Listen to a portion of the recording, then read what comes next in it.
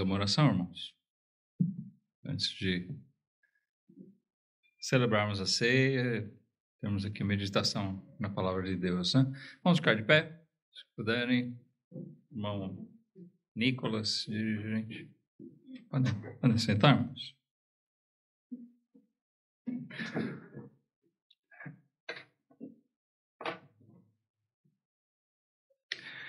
Vamos fazer a leitura no Evangelho de Lucas, capítulo 8.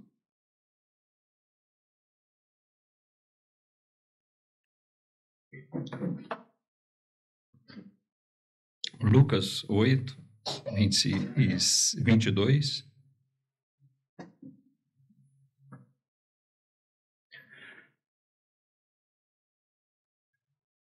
Nós temos aqui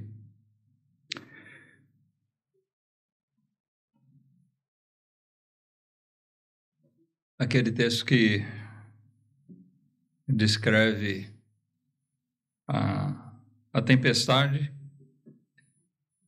que pegou os discípulos, Jesus, em um barco, atravessando ali o mar da Galileia. E é uma passagem que tem boas lições para nós, tanto a respeito de Cristo, como a respeito de nós mesmos, né? Ela é bastante reveladora.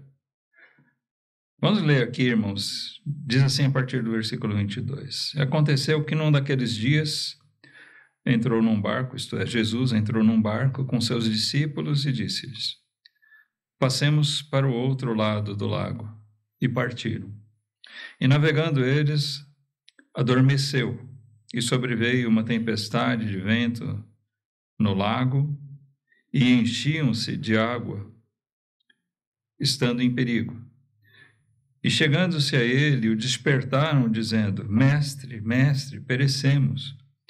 E ele, levantando-se, repreendeu o vento e a fúria da água. Cessaram, e fez-se bonança. E disse-lhes: onde está a vossa fé? E eles, temendo, maravilharam-se, dizendo uns aos outros: quem é este? Pois que até os ventos e a água manda e lhe obedecem. Nós temos aqui, então, irmãos, essa pergunta feita por Jesus, e onde nós queremos mirar nessa nossa meditação dessa manhã. Onde está a vossa fé? Que tipo de fé é essa de que Jesus está falando? Só existe uma fé. É aquela única fé que pode realmente existir. É aquela mesma que em Efésios Paulo diz que é dom de Deus. Mas seria culpa de Deus, então, a falta de fé deles? É evidente que não. Então, alguns são levados a pensar, não, isso é outra fé. Mas não. Nós temos uma certa dificuldade, assim, em não entendermos totalmente a natureza da fé. Paulo não se equivocou em dizer que a fé é um dom de Deus. E ele concede a nós, e sem ela, nenhum de nós realmente poderia ser chamado um crente, né? Ou um cristão. Quem não tiver essa fé, dom de Deus, não é um cristão. Não pode ser um seguidor de Jesus. É impossível. Mas Jesus aqui não está dizendo que eles não têm fé.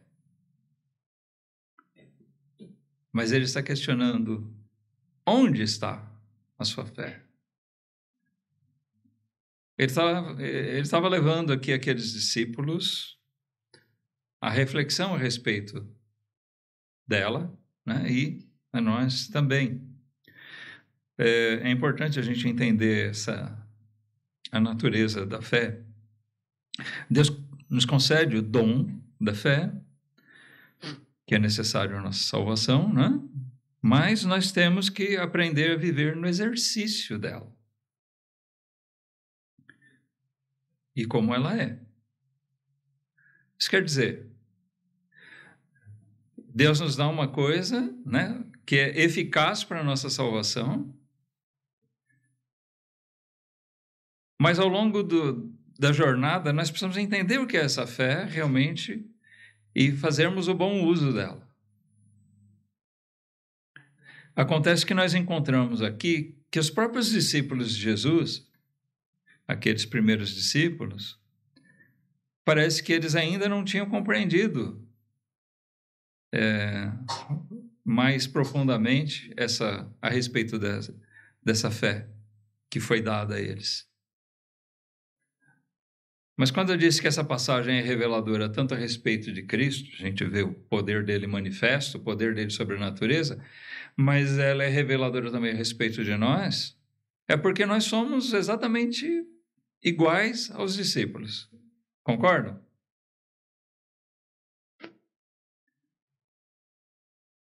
Nós também, irmãos, com frequência demonstramos que nós não compreendemos bem toda a natureza da fé que Deus nos deu.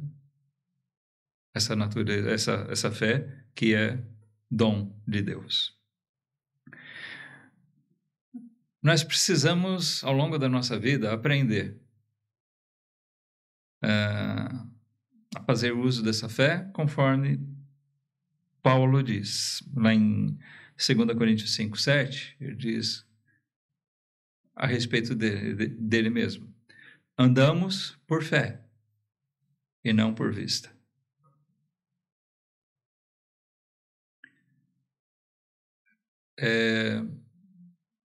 O grande problema nosso é que quando nós não entendemos direito a natureza da fé, muitas vezes nós somos levados a andar por vista e não por fé.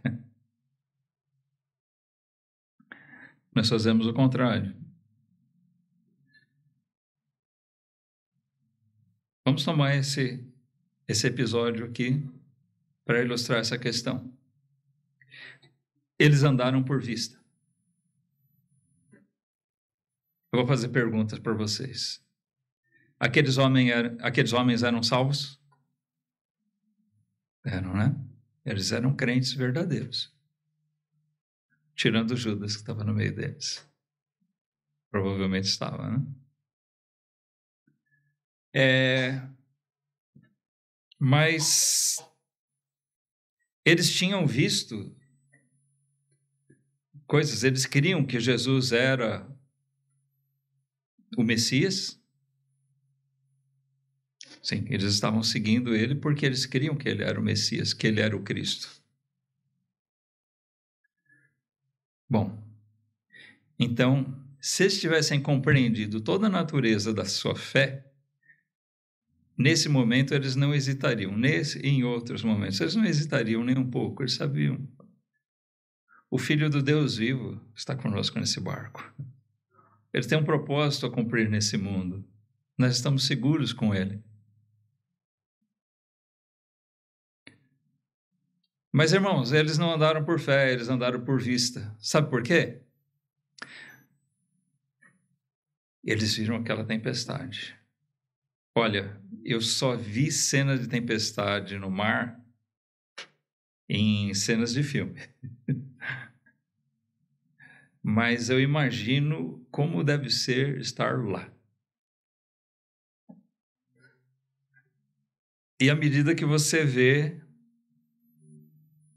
o barco se enchendo de água, como a passagem aqui descreve.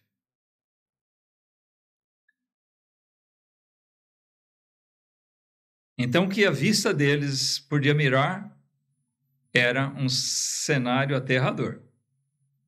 Eles tinham conhecimento e sabiam que muita gente já tinha morrido ali em tempestades como essa.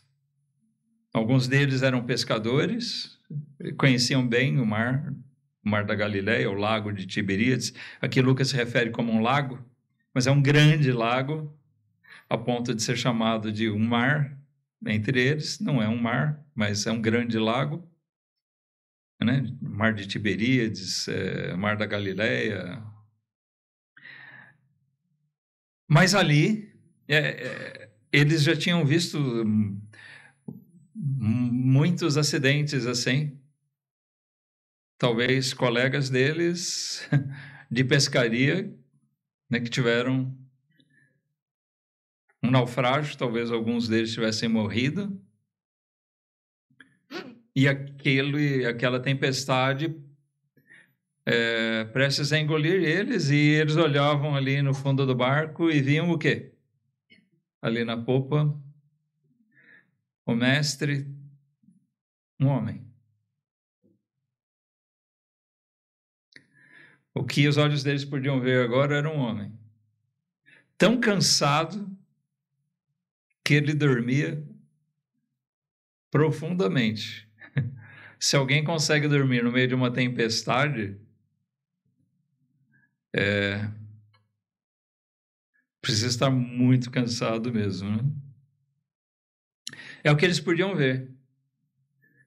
Por vista, eles enxergavam Jesus, um homem cansado. E um homem cansado, ele se torna impotente. Ele não tem vigor para fazer as coisas. O que eles estavam vendo não era totalmente errado, não era irreal. Jesus era o homem, 100% homem. Mas naquele momento eles se esqueceram que existia um outro lado. Que ele era homem, mas que ele era também, ao mesmo tempo, totalmente Deus. Eles já tinham visto provas a respeito disso.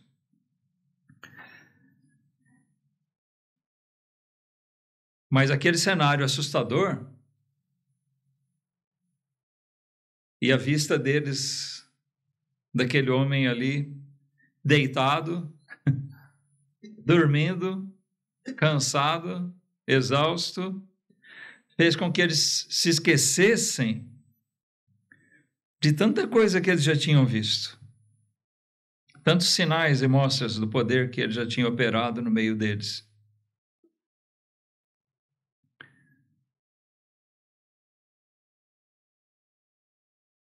Olha, ele já tinha feito muitas coisas. Nesse momento, eles esqueceram. Se você voltar aqui ao livro de Lucas mesmo, seguindo essa sequência, eles se esqueceram que eles tinham visto Jesus curar leprosos, aleijados, enfermos, expulsar demônios, transformar água em vinho. Eles estavam lá, eles viram tudo isso.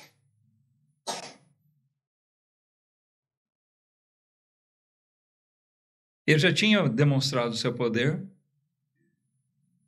E agora, quando Jesus, Lucas escreve que quando Jesus acordou, despertou, levantou e acalmou a tempestade, eles se questionaram: quem é esse? Parece que eles estavam voltando a si agora, né? Só agora estava caindo a ficha. Aquele que estava ali agora mesmo, largado, morto de cansado, né? A forma de dizer, dormindo tão profundamente, agora ele levanta e ele tem poder sobre toda a natureza. Quem é esse? É o mesmo que transformou água em vinho, que curou os leprosos, que curou os aleijados, que ressuscitou o filho da viúva de Naim. Também acontece antes isso aqui, curou a sogra de Pedro. É aquele mesmo Senhor Jesus tão poderoso, que tinha feito tanta coisa. E parece que eles esqueceram. Porque num determinado momento de medo, de pavor, eles se deixaram guiar por vista e não por fé. Eles andaram por vista e não por fé. Mas, felizmente, isso não acontece com a gente, né? Ironia. Porque, como eu disse, nós somos exatamente iguais a eles. Em maior ou menor grau, nós somos iguais a eles. Quando nós nos deparamos com um cenário assustador, para nós, terrível, invariavelmente nós esquecemos que o nosso Senhor é o Filho do Deus vivo, é o Deus Todo-Poderoso. A gente se deixa guiar por vista, pensando no que Ele pode fazer por meio de nós, talvez. A fé leva a gente a pensar no seguinte: eu posso tentar esvaziar o barco. Tá? Estou usando isso como ilustração. Eles estavam tentando esvaziar o barco, tirar a água de dentro. E eles viam que não podiam. E aí eles se desesperaram. Às vezes a gente tem essa sensação também. Eu estou tentando esvaziar o barco, eu estou tentando salvar as coisas. E eu estou pensando no que Deus pode fazer por meio das minhas próprias mãos. Isso é andar por vista, irmãos. Mas a fé leva a gente a pensar que aquilo que eu não posso fazer, Deus pode. O Senhor Jesus, ele é poderoso para fazer tudo e muito além do que nós pedimos ou do que nós podemos imaginar. Muitas vezes é saudável para a nossa vida cristã a gente chegar àquele ponto de enxergar: eu não posso fazer mais nada. Está além das minhas forças. Porque quando nós andamos por vista, nós somos levados a pensar que nós temos a capacidade de resolver as coisas. Ainda que a gente impute isso a Deus, que Deus me capacite a fazer. Mas às vezes é saudável a gente perceber: não é por mim, não é por meios naturais, não é por meios óbvios. Deus tem seus propósitos e Ele realiza conforme Ele quer.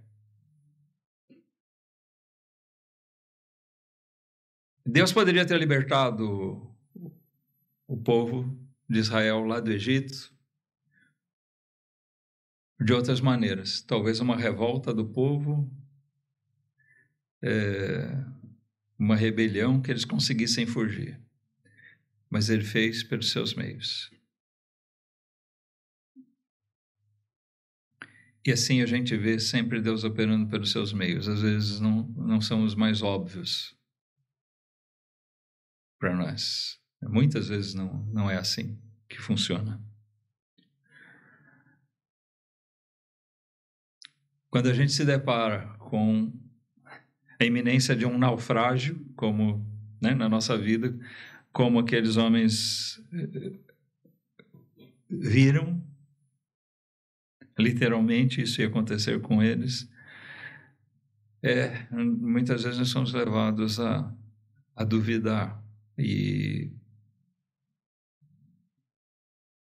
a questionar: Senhor, não está vendo o que está acontecendo? Não se te dá que perecemos?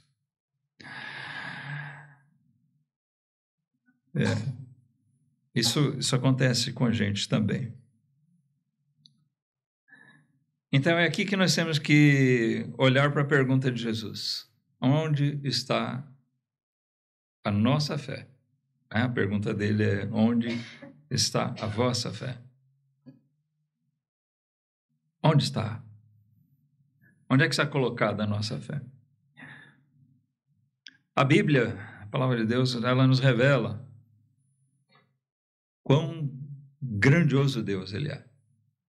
Nós estamos estudando aqui o livro de Hebreus, né? E vamos dizer assim, esse é o tema maior do nosso estudo em Hebreus. A grandeza de Jesus, a grandiosidade dele.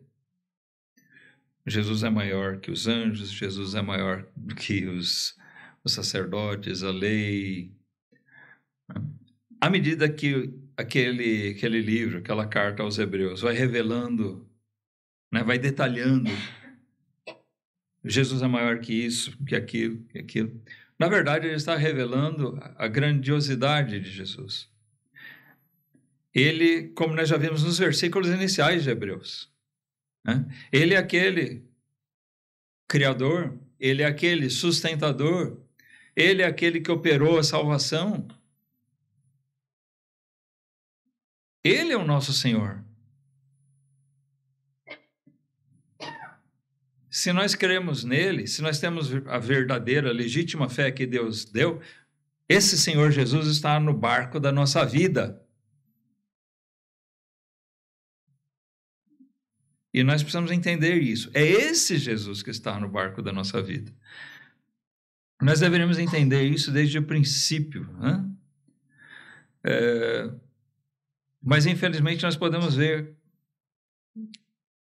com os nossos próprios, com os próprios discípulos, né? Os nossos irmãos aqui, que não é assim sempre. Nós, muitas vezes, tardamos a entender a natureza da fé.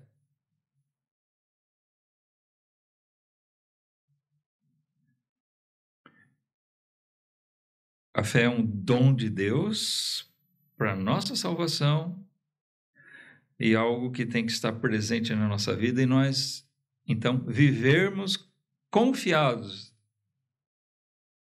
em tudo, né? Nós estarmos confiados nas mãos dele. Tudo na nossa vida passa a ser dele.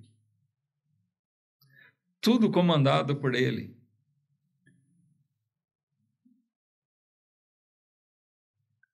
Qual é o nosso dever? Jesus disse, é descansar em mim. Nós devemos descansar no Senhor. Descansar não quer dizer não trabalhar, é descansar no sentido de sossegarmos, de nós nos aquietarmos, de nós colocarmos toda a nossa ansiedade sobre ele.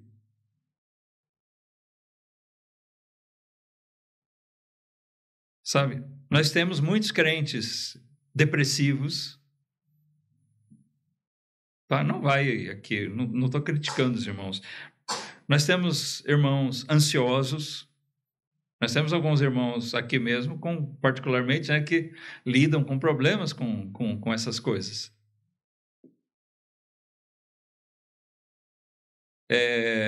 Muitos pastores são depressivos ou lutam contra a depressão em certos momentos, especialmente na sua vida. E muitos crentes têm essa luta. Mas, irmãos,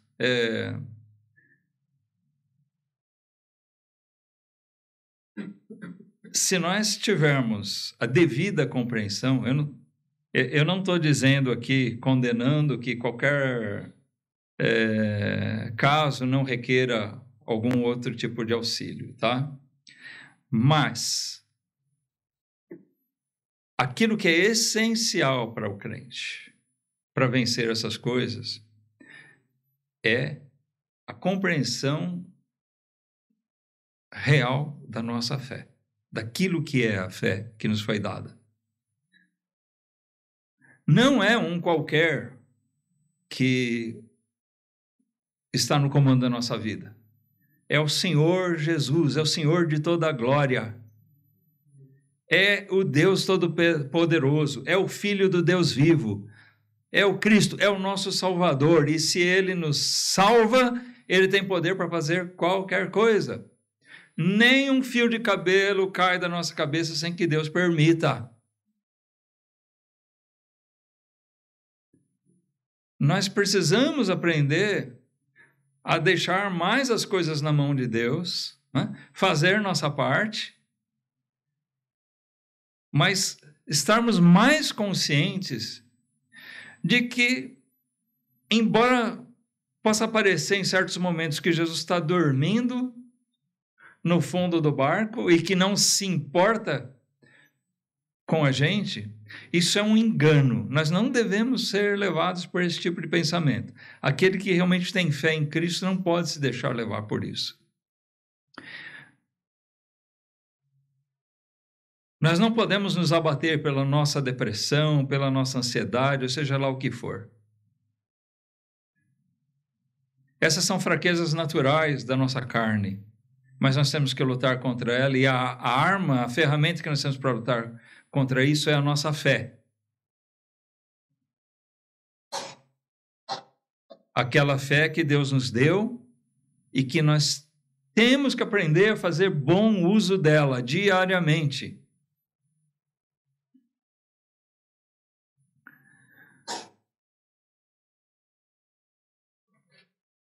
Olha a inconsistência da atitude daqueles discípulos. Eles que viram Jesus fazer todos aqueles milagres, eles criam no que Jesus tinha ensinado, no que ele pregava. Ele é o Cristo, ele é o Messias, ele é o Salvador. Agora, eles estavam agindo como quem duvida das próprias promessas de Deus, e que foram ressaltadas por Jesus. Jesus, na sua pregação, ele demonstrava: eu sou aquele prometido, eu sou o Cristo, o que quer dizer o ungido, o escolhido, o prometido que Deus havia de enviar. Eu sou aquele. E agora o quê? Eles estavam pensando que aquele que Deus prometeu por séculos e séculos, que ele viria para cumprir a sua obra, iria morrer num acidente, num naufrágio, num barquinho. Fala sério, né? Não é uma estupidez? O que vocês acham? É um pensamento estúpido, né?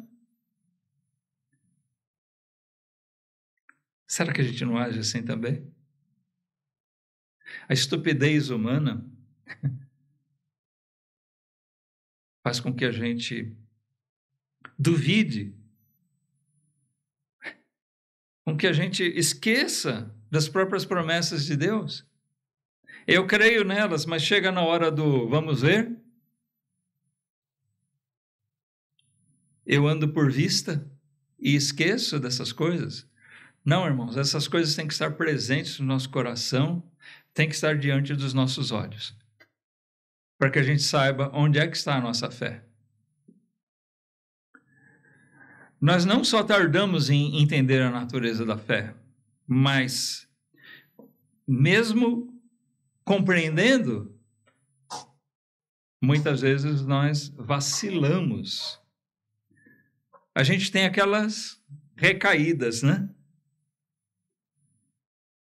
Num dia nós dizemos, como Paulo: eu sei em quem tenho crido, que é poderoso para guardar o meu tesouro. Até o dia final, né? Como a gente tem na versão do hino. Nós cantamos. Será que a gente canta esse hino de coração? Hã? Você é sincero quando canta isso? Eu acredito que sim, que nós somos sinceros quando cantamos. O problema é que chega a certos momentos na nossa vida que a gente esquece disso.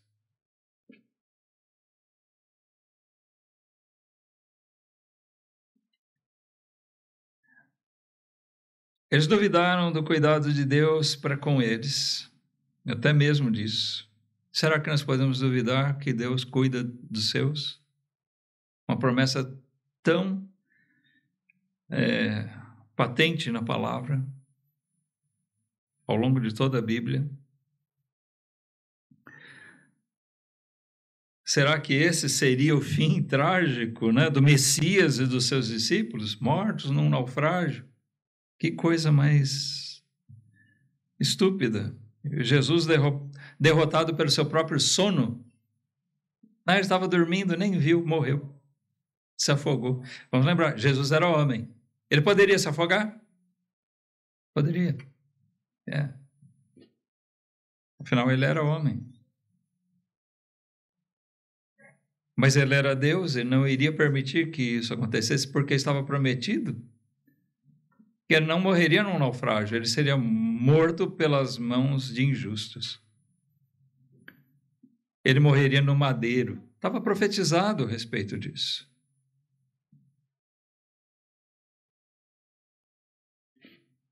Ele não ia morrer dormindo no fundo de um barco. Quando nos tem a consciência de onde está depositada a nossa fé, nós somos levados a conclusões ou temores estúpidos como esse. Mateus relata essa mesma passagem aqui, usando as palavras de Jesus de uma outra maneira, né?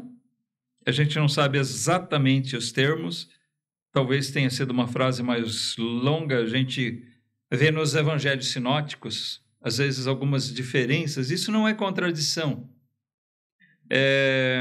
Acontece que eles relatam e nós temos uma visão mais completa quando nós juntamos as informações que Mateus, Marcos, Lucas passam, e às vezes João, né? Mateus, Marcos e Lucas são os evangelhos sinóticos. Eles têm uma mesma diretriz, uma mesma visão. João apresenta seu evangelho de uma maneira um pouco diferente, mas revela o mesmo Cristo, e vários incidentes são os mesmos relatados, milagres e outras coisas mais. Mas Jesus, em Mateus, está lá no capítulo 8, versículo 26, se alguém quiser conferir, pode ir lá. Ele se dirige aos seus discípulos, chamando eles de homens de pouca fé, ou, nas traduções mais recentes, para evitar o cacófato, né? Que a gente brinca muito que é o episódio em que os discípulos foram chamados de coador, ou de bully, né? Onde pouca fé é de bully, né? Então mudaram para homens de pequena fé. Mas é isso, falando seriamente, Jesus se dirige a eles dizendo, ressaltando que minúscula fé, que insignificante a fé deles. Por quê? Eles estavam fazendo mau uso da fé que Deus deu. Será que foi Deus que deu pouca fé para eles? O que a Bíblia diz a respeito da fé? Deus dá mais fé para um do que para outro? Não, nós temos a mesma fé. A mesma fé que Deus me deu para você, irmão e irmã. Qualquer um de nós. O mais antigo crente, o mais novo convertido, é a mesma fé. O problema não está no que Deus deu, mas está na maneira que nós usamos a nossa fé.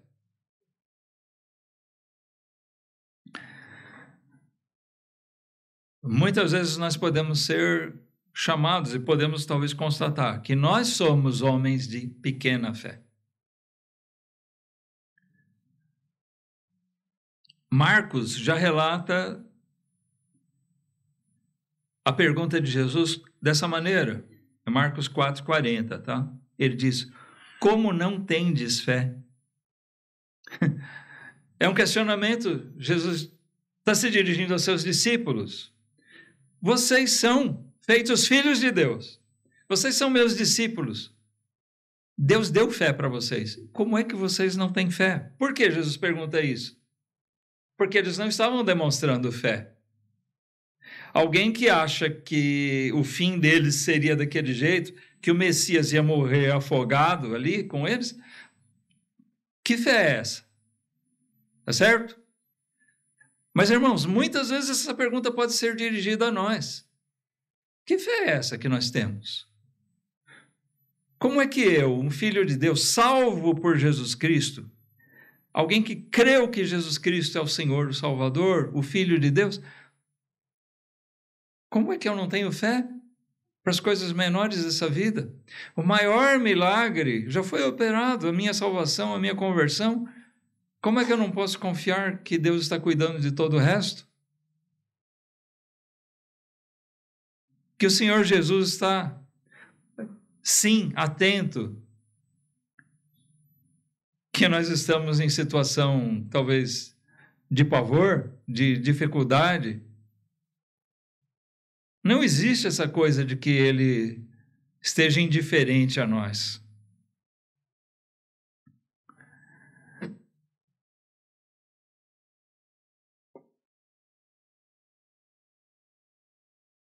Juntando as expressões que nós vemos aqui, nesses evangelhos, nós podemos entender o problema levantado por Jesus a respeito da atitude deles. Aquela não era uma atitude razoável e desejável da parte de alguém que tinha sido agraciado por Deus por esse dom maravilhoso da fé. Irmãos, as nossas atitudes de insegurança com relação ao governo dele e o cuidado dele na nossa vida não são razoáveis. Nós sabemos que o mundo dá muitas voltas, as coisas mudam, vão acontecendo, mas nada, né, na história foge ao controle de Deus. A Bíblia confirma que tudo o que se passou até aqui é conforme a vontade de Deus. O povo dele foi libertado, foi escravizado de novo. Será que alguma coisa escapou ao controle dele? Não. Todas as situações são previstas por Deus, porque são estabelecidas conforme a sua própria soberana vontade. Tanto falando de maneira macro, né, universal, como quando nós falamos do nosso destino individualmente. Nada que cerca nossas vidas acontece alheio ao conhecimento e à vontade de Deus. Como pode alguém que recebeu a fé da parte de Deus parecer que não tem fé? Marcos relata que Jesus disse: como é que não tendes fé? É mesmo muito errado, irmãos, um cristão se achar nessa situação. O que aconteceu com eles realmente foi muito errado. Tem uma coisa boa, né, na atitude deles. E isso é uma lição para nós. Apesar de eles estarem desesperados, estarem duvidando, pelo menos no final eles fizeram a coisa certa. Né? Pelo menos eles se voltaram e clamaram a Jesus. Pelo menos isso nós temos que fazer.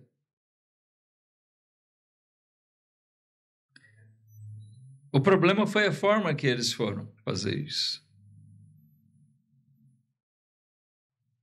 Nós não podemos buscar a Cristo achando que ele não está apto a cuidar ou que isso foge ao conhecimento dele. Nunca nós deveríamos agir dessa maneira.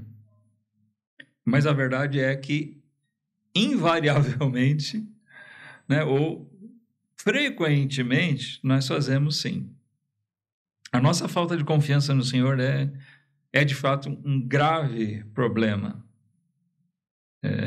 E que nós deveríamos evitar a todo custo. A nossa fé, ela deve ser testada e vai ser testada, sabe? Pode ter certeza disso. Por que eu digo que ela deve ser testada? Porque é para o nosso próprio benefício. Nesses momentos, né, ao longo da nossa vida, a gente vai ter a nossa prova testada, a nossa fé testada, provada, desculpem, e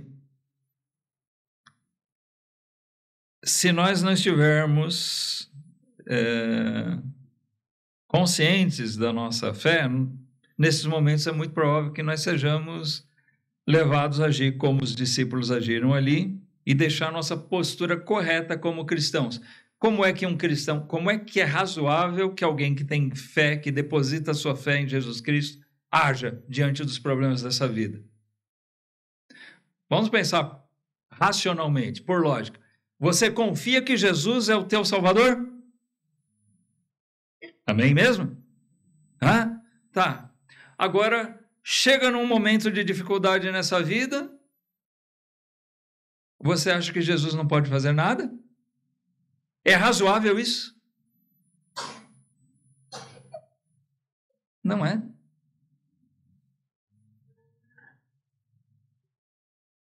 Na verdade, isso é triste, mas é uma triste realidade.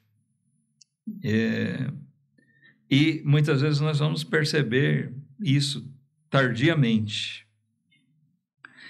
Mas as provas da nossa fé são necessárias para o nosso próprio benefício. Tiago, ele fala sobre isso, é um versículo que até muita gente tem dificuldade em entender, né?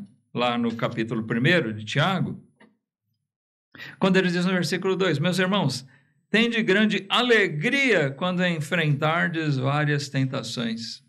Uai! Diria o mineiro, uai! Como é que é isso?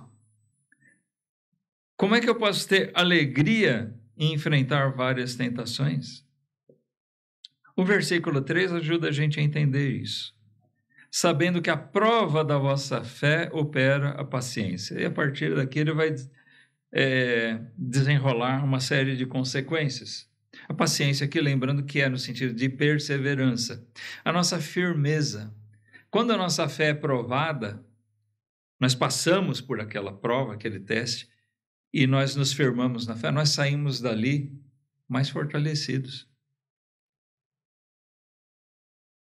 Se acontecer ao contrário, irmãos, nós saímos chateados e frustrados. O crente verdadeiro, quando ele vê que ele falhou na sua fé, Deus não falha, mas nós falhamos quando faltamos com a nossa fé. Quando a gente parece que esqueceu onde é que está a nossa fé, em quem nós temos crido. Você já teve alguma situação na sua vida que você depois percebeu, puxa, eu me martirizei tanto à toa, Deus cuidou e olha só, né? Eu sofri à toa.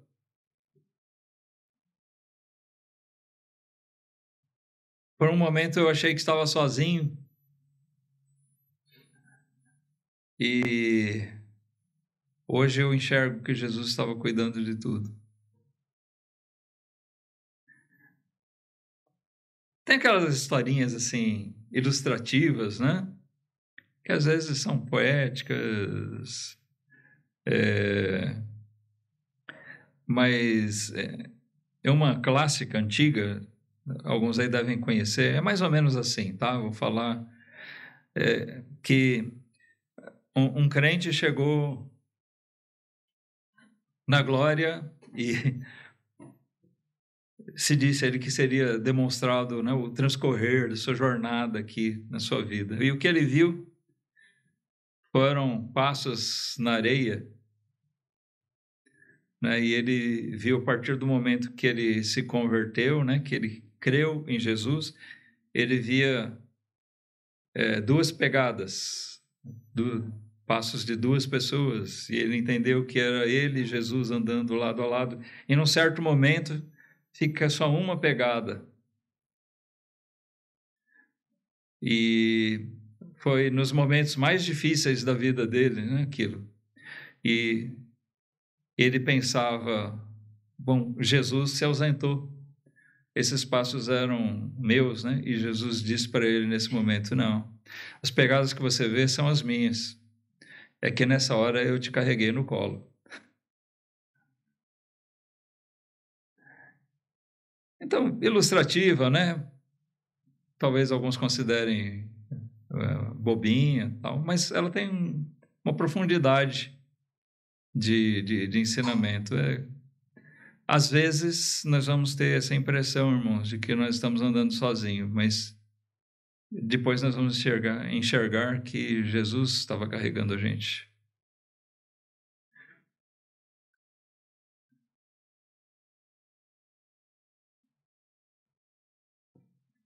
Por que alegria? Porque quando a gente percebe que a nossa fé está sendo provada e ela é aprovada, nós somos perseverantes, isso opera em nós verdadeira alegria. Essa é a alegria que é gerada em nós, de nós enxergarmos a mão de Deus na nossa vida, de nós enxergarmos que Cristo está agindo todo o tempo. A gente vê ali no capítulo 11 de Hebreus, de novo falando de Hebreus, o capítulo dos chamados heróis da fé. E no começo do capítulo 12, nós encontramos aquela exortação, que nós devemos olhar para eles. Eles são aquela grande nuvem de testemunhas. Esses heróis da fé, eles são as testemunhas. A prova que está ao nosso redor, chamada de uma nuvem, né, porque está nos rodeando. Essa grande testemunha, essa grande nuvem de testemunhas que deve nos fazer olhar para quê? O que diz lá? Olhando para Cristo. Olhando para Cristo, um homem morto e cansado dormindo no fundo do barco? Não, olhando para Cristo. Forte aí? Olhando para Cristo.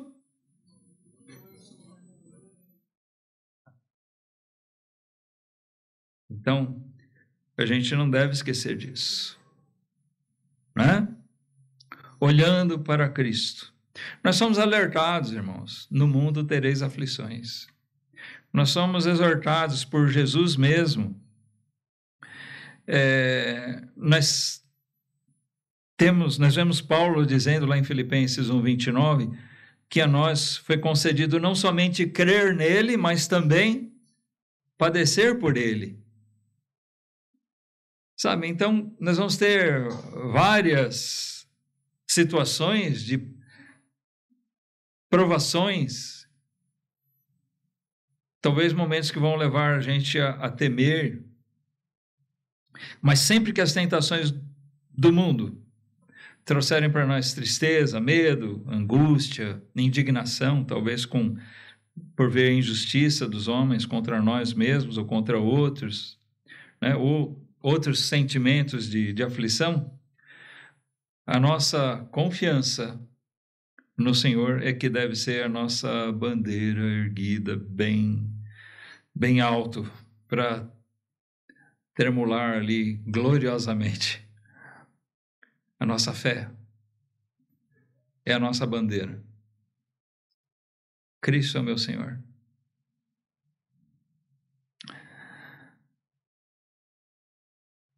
O mundo vai nos trazer provações onde nós vamos ser levados a ser questionados. Onde está a nossa fé? Será que a nossa fé está depositada realmente em Jesus? Nós estamos olhando para Ele, nós estamos voltados para Ele, não esquecendo que Ele é o Senhor Todo-Poderoso? Ou será que nós estamos andando por vista e achando que nós temos as soluções para tudo?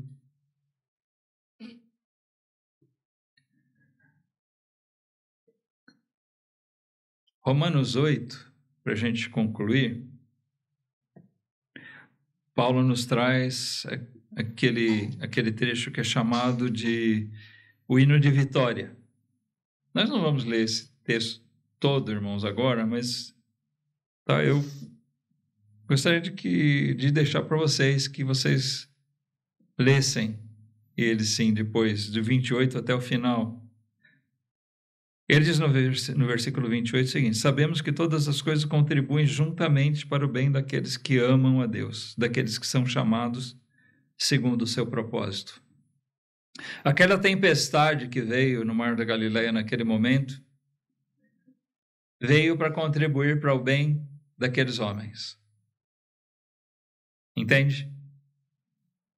Aquela tempestade veio sobre eles para contribuir para o nosso bem. Entendeu?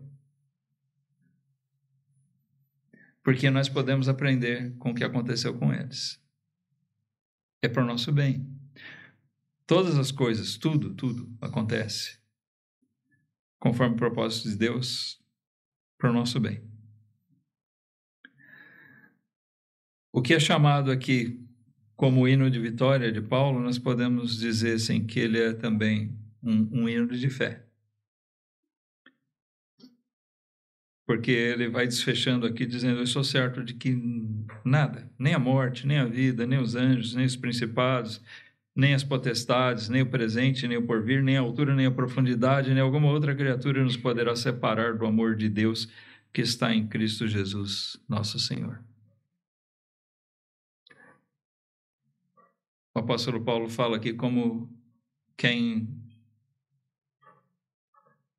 sabia muito bem em quem ele cria. Se nós perguntarmos onde é que estava a fé de Paulo, a fé do apóstolo Paulo estava depositada naquele que é o Senhor da glória, aquele que morreu por ele. Ele andou confiado nisso. Por isso, nós não podemos dizer que Paulo talvez não tenha temido, né? Os naufrágios, todas as circunstâncias que ele passou, ser apedrejado. Eu não acredito que Paulo agiu com indiferença. A gente tem um instinto, né, dado por Deus, de autoproteção. Se Paulo não tivesse medo de morrer, ele não teria fugido quando ele foi apedrejado, né? Ele teria ficado lá para morrer. Mas o temor dele não era no sentido de insegurança ou de achar que Jesus tinha deixado ele. Aquele Jesus que chamou ele na estrada de Damasco e falou: você vai ser um instrumento na minha mão para falar aos gentios. Ele sabia que a vida dele estava na mão do Senhor Jesus. E ele confiou nele. Irmãos, cada um de nós tem uma jornada, cada um de nós vai passar por provações diferentes. Mas o que importa mesmo é o seguinte: é que a gente tenha a nossa fé depositada não no homem, em qualquer homem, não é no pregador, no pastor, quem quer que seja. A nossa fé é depositada no Senhor Jesus, que é homem, sim, né? Mas é Deus, né? Ele viveu como homem aqui e ressuscitou, mas ele é o Todo-Poderoso. Ele é aquele que disse: é-me dado todo o poder no céu e na terra. Será que nós confiamos nele? Será que nós andamos confiados nele? Nós vamos celebrar a ceia, nós vamos lembrar do grande feito dele por nós. Nós testemunhamos, né? Nós testificamos dessa fé quando nós celebramos a ceia também. Mas que Cristo seja glorificado quando nós tomamos a ceia. Amém? Mas que Cristo seja glorificado na nossa vida na hora das tempestades, na hora das provações. E que a gente possa sair dali alegre por ver o Senhor, aquele que tem poder sobre as forças da natureza e tudo mais, tem o poder sobre todas as coisas. Ele cuida de mim, a minha vida está nas mãos dele.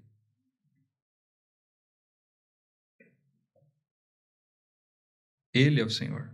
A nossa fé está depositada no Filho do Deus vivo.